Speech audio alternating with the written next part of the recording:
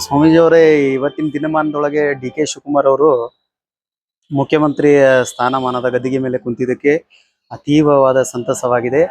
ಯಾಕಂದ್ರೆ ನಾವು ಕಳೆದ 5-6 ತಿಂಗಳಿಂದ ನಿರಂತರವಾಗಿ ಅತಿ ಹಿಂದುಳಿದ ವರ್ಗಗಳ ಮಠಾಧೀಶ್ವರ ಮಹಾಸಭಾದ ವತಿಯಿಂದ ಅವರಿಗೆ ಬಹಿರಂಗವಾಗಿ ಬೆಂಬಲ ಸೂಚಿಸ್ತಾ ಬಂದಿದ್ದೀವಿ.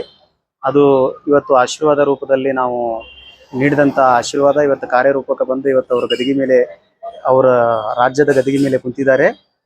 ಅವರಿಗೆ ದೇವರು ಒಳ್ಳೇದು ಮಾಡ. ಹುಬ್ಬಳ್ಳಿ ಧಾರವಾಡದ ಪೂರ್ವ ವಿಧಾನಸಭಾ ಕ್ಷೇತ್ರದ ಶಾಸಕರಾದಂತಹ ಪ್ರಸಾದ್ ಅಬ್ಬಯ್ಯ ಅವರು 15 ವರ್ಷಗಳಿಂದ MLA ಸ್ಥಾನಮಾನದಲ್ಲಿ ಜನನಾಯಕರಾಗಿ ಆರಿಸಿ ಬರ್ತಾ ಇದ್ದಾರೆ.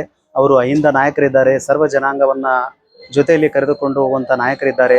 ಅವರ ಭಾಗದಲ್ಲಿ, ಅವರ ಕ್ಷೇತ್ರದಲ್ಲಿ ಅವರು ಕೈಗೊಂಡಂಥ ಕೆಲಸ ಕಾರ್ಯಗಳು ಇಡೀ ನಮ್ಮ ಧಾರವಾಡ ಜಿಲ್ಲೆಗೆ ಹೆಮ್ಮೆ ತರುವಂಥದ್ದಿದೆ.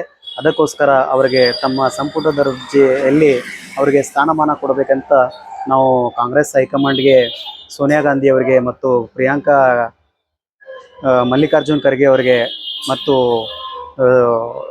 ನಮ್ಮ ವೇಣುಗೋಪಾಲ್ ಅವರಿಗೆ ಎಲ್ಲರಿಗೂ ಕೂಡ ನಾವು ಈ ಮೂಲಕ ಹಿಂದುಳಿದ ವರ್ಗದ ಮಠಾಧೀಶ್ವರರ ಮೂಲಕ ಆಗ್ರಹ ಮಾಡ್ತಾ ಇದ್ದೀವಿ.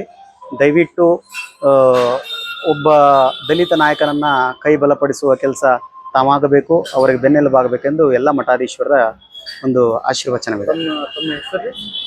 ನಮ್ಮ ಹೆಸರು ಬ್ರಹ್ಮಶ್ರೀ ರಾಜುಗುರು ಸ್ವಾಮೀಜಿ, ಜಗದ್ಗುರು ವೇದವ್ಯಾಸ ಪೀಠ,